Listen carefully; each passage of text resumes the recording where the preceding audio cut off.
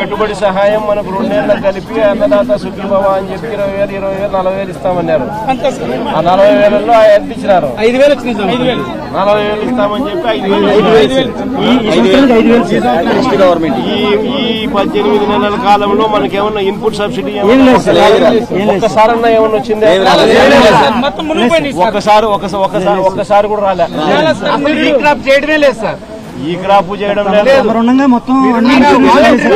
మీరు చేసిన పని నెంబర్ 1 సార్. వాళ్ళు ఉండమంటే అప్పుడు మునిగిపోయింది సార్. నిరుడు మునిగిపోతే నాకు మన టైంలో అండి, మన ప్రభుత్వం టైంలో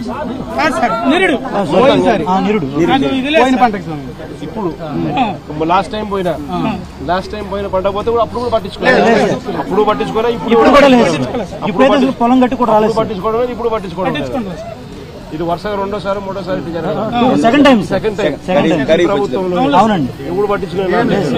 అప్పుడు మన టైంలో అదే పనిగా ఉచిత ఇన్సూరెన్స్ వల్ల 66,780 రూపాయలు పండింది సార్. మనకు 66,700 రూపాయలు ఇన్సూరెన్స్ వచ్చింది. ఉచిత పంటల బీమా మొత్తం అంతా కట్టేశారు సార్. ఈ సంవత్సరం 13,000 కూడా కట్టలేదండి. 13,000 కూడా పండి సార్.